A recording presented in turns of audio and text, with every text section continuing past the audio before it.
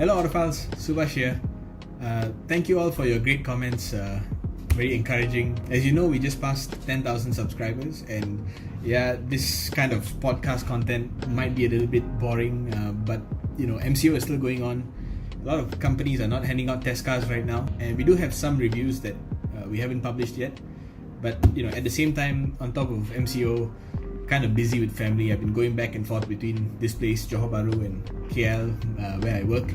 So I haven't really had a lot of time to sit down and edit the videos. These are a simple way to put up content because you know there's very little editing that goes into this. What I want to do now for this video is to take a viewer question from Hassin Araf, who asked us for suggestions for cars below 15,000 ringgit for students. I thought I'd take this question because number one, not so long ago I was a student. In fact, I was Bo's student. He was my lecturer back in university. Number two is because in the last 5 years, even though I've been working, I've been sticking in that budget of 15,000 around there. Sometimes a lot lower, sometimes slightly more.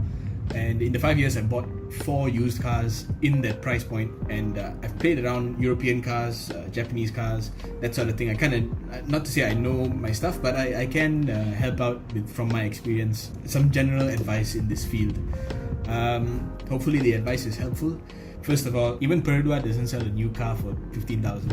I think the cheapest Perodua you can get is the Axia base spec for 23,000, and that's like a learner's spec kind of car.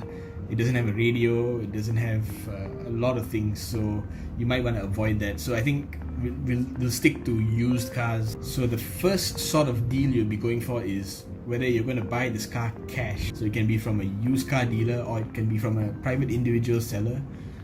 Most of the time they put it on listing sites, and we all know which ones in Malaysia. The second type of deal I would say is to take a personal loan, either from a credit company or a family or friend. This kind of thing is very, it varies from person to person, so this kind of thing depends on your luck. But I would say getting this kind of deal, you usually open up your options a lot more because cash buys are, you know, it's limited. You know exactly how much you can spend, and usually what you can spend is, you know, it's, you can't top up anymore because that's your budget, you know. Whereas if you're taking a personal loan from a friend or family or a credit finance facility, you can sort of top up your own funds on top of that if you have to do repairs or anything like that, or if you want to stretch your budget a little bit more for a nicer car, better deal. You have more options in this category. And the third kind is kind of new and sort of difficult to justify at this point, but I thought I'd mention it. You could consider subscribing to a car. This doesn't really work up to 15,000, but there are benefits to it, and we'll talk about it more later on when we get there. So, if you're gonna buy a car cash for under 15,000 ringgit, you might be tempted into looking for the best or the most desirable car that you can get in that budget. And to that I say don't, especially if you're a student. If you're a student, your priority is reliability, affordability, and durability, and those are not the same things. Reliability and durability, slightly different things. So if you want a car that is reliable, you would want to go for something a little bit more simple. I would say in this price category, try not to get an automatic car. I know that sounds very, very problematic for a lot of you, especially if it's an older car. Try to avoid automatic gearboxes, try to avoid CVT, especially dual clutch transmissions. Reliable cars tend to be simple, so look for a manual gearbox. If you really can't drive manual, or you know you're not going to enjoy driving manual going to university or school, get something simple like a 4-speed automatic. So a lot of budget cars like the Proton Saga from 5-6 years ago, those came with CVTs, Punch CVTs. The brand was Punch anyway. You might want to avoid those because even though they're functional, they might still be working in the car you're driving out. They have really weird characteristics. They might feel broken, or you might feel like, oh man, I can't live with this if it's going to be this jerky. So avoid CVTs. Do a bit of research around the car before you buy it. 4-speed autos and 3-speed autos, especially Japanese ones that have existed since the 90s, Those tend to be quite reliable. So if you're looking at a Myvi, first generation Myvi, or the first generation facelift, when they added the 1.3 liter engine and the 1.5 liter engine, those gearboxes and those engines, if you want an automatic, it's fine. They're usually unbreakable. But be cautious anyway. For reliability, 4-speed autos at the most. Manual gearboxes, always the safest, most straightforward to fix. And second point, affordability. One thing people don't really take into account is displacement and how that affects your cost of ownership. People would think, even I at one point thought, I can afford a 2.5 liter engine because it's only 800 something ringgit a year, and I can just budget that over the few months, and at the end of the year I have 800 bucks to spend. That 800 bucks to spend on road tax, that is money that you can spend repairing the car or making the car better. If you need to respray the car, 800 bucks can give you a very simple job. A certain panel is rusty or what, you can respray the car. So don't think about having a big displacement car. Limit yourself to 2 liters or less, preferably 1.5, 1.6. 1.3 is okay. 1.0 maybe a little bit too little power for the highway. Some of you might be students who need to go interstate once in a while. Try to keep it between 1.3 to 1.8 liters. That's a very sweet spot. And realize that some of these cheaper cars are very lightweight. Like a Myvi is something like 1.1, 1.2 tons, maybe even less. No, Myvi is less. Myvi is like 900 kilos. So even a 1.3 is way more than you need. Now, you might find something that is like a used Mazda from 20 years ago, and you may think, hey, this car is really cheap. Or a used Ford Laser, a used Ford Lynx, one of those cars where you're like, hey, this is not a European premium mark. It still has a manual gearbox, it still has a simple engine setup. So why don't I just play with this unique, Peugeot or Renault or Ford or even a Mazda from the 90s? I would say try to not do that, because as special as these cars are, and some of them are quite special, the problem is when you get to affordability, some parts just not affordable in that you can't afford to wait until the parts become available, if you know what I mean. So the parts may be cheap and they may be durable. These cars are to a large extent quite durable, but you cannot be waiting for a part to come. You cannot be waiting in the workshop for 1 or 2 months. The car sitting there, you've got no mode of transport because a certain part is not available for that engine. So just look around in Muda, try to find a car that was popular in its heyday, like the Viras. A lot of the Proton Mitsubishi partner cars, like the Vira, the Saga, the Iswara, which was just the Saga updated. Even a Satria, a simple Satria with a manual gearbox can be great. Avoid the Tiaras, avoid the Wajas, avoid the Personas and the Gen 2s. Try to avoid the autos again. I've had friends with automatic gearbox Satrias who are now stuck with the car and unwilling to spend a few thousands it is to rebuild the gearbox, and unwilling to spend the money to convert it to manual. So the car is just sitting there, not being used to its full potential. So avoid automatics if you can. If you're going to go automatics, then avoid the old Proton Mitsubishi cars as well. Go straight for Perdua Myvis from the 2000s onwards. I think the first Myvi came out in 2004 or 5, around there. Try to get a look at its service record if possible.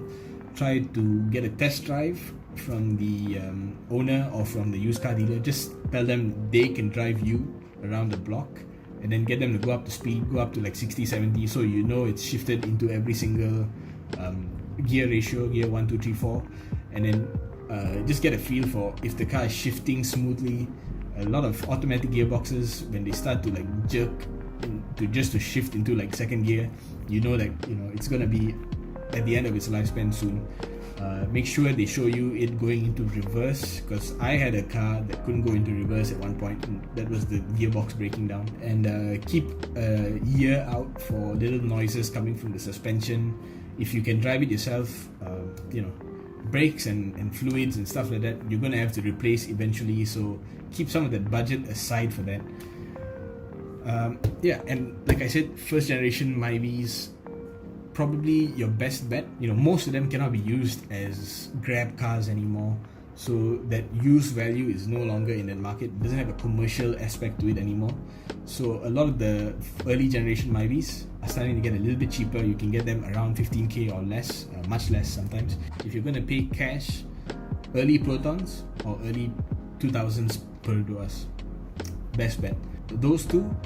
And if you're feeling a little bit experimental, you can try to get a 90s Honda, Toyota or Mitsubishi sedan.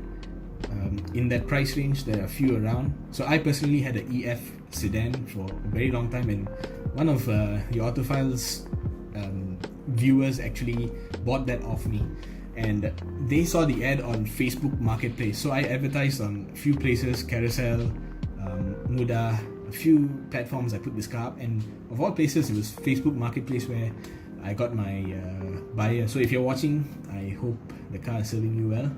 I really miss it, but I've moved on. So old Civic is a good buy. It's not the best buy because suspension parts are a little bit expensive. So just be realistic. Focus on keeping the car mechanically sound. Change your brakes, check your suspension if it needs to be changed. Whatever mechanical aspects, carburetors, fuel injection, fluids, just keep the car healthy and running. As a student, this is your main priority. Don't think too much about, the paint is fading, or I should lower the suspension or change the rims. I've never changed rims in any of my cars. I know they're ugly, but to me, it's just, to me, as someone who's just focused on the usability of cars, rims are not your priority. Tire size is not your priority. Stick to the stock original specification and just be happy. If you're a student or if you're value conscious like me, if you have extra money to burn, it's up to you. But make sure you got a car that can drive you to university or to work and back. Later on, when you have money, enjoy the other stuff. Right now, just focus on the essentials. So yeah, that's cash buys out of the way.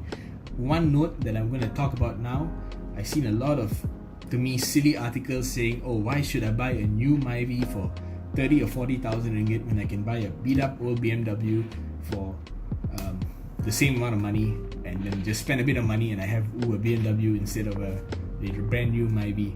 I think that's a very, very silly argument, and you can justify it however you want, but being an old BMW owner, a former old BMW and old Merc owner, I can tell you that argument doesn't hold any water.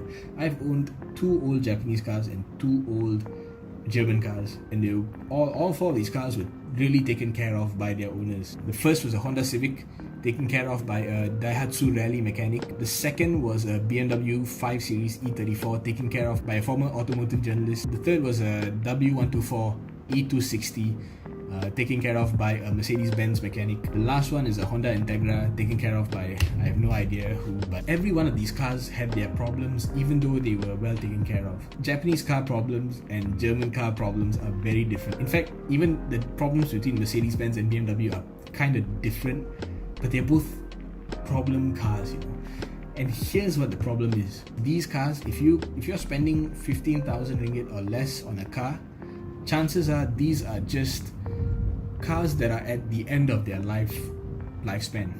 These are not valuable cars. They're probably 4-door sedans. They're probably, even if they're in good condition, they're not classic cars. A 4-door Civic, no matter how pristine it is, it will never be a collector's item. Be very realistic about that. Unless it's a special edition BMW with a special engine that they put in from the factory, it will never be a collector's item. A 5 Series in mint condition, if you do up the paint, you restore it original factory spec, if it's a 525i or a 520i with a manual gearbox, if you spend $10,000 on the car and you pour another $15,000 into the car, doing it up over 3 years, when you sell the car, all you're going to get is maybe $7,000 or $8,000, maybe $10,000. You'll probably get your money back for the initial price, but you're never going to get back that $25,000 in total that you spent. So be very realistic that these cars are never going to go up in value. If someone tries to convince you to buy an old BMW or old Benz sedan, most of the sedans are not worth anything. If it's something like a coupe or a wagon, that's you just so happen to know an uncle who's selling like a E-Class wagon from the 90s, who says like, you know what, you're my nephew, you can have it for 10k, then maybe think about it. If it's your uncle giving you a E30 two-door for 15k, then think about it. Then you can say, okay, this car might go up in value, I kind of like the car, I'm willing to burn this money. Then you can think about it. But if you're buying off the used car market and this is someone you don't trust, if it's cheap for a reason. Okay, just be aware of that. Now on to the second kind of car you can get, which is getting a small personal loan from. Wait, I'm going to pause here.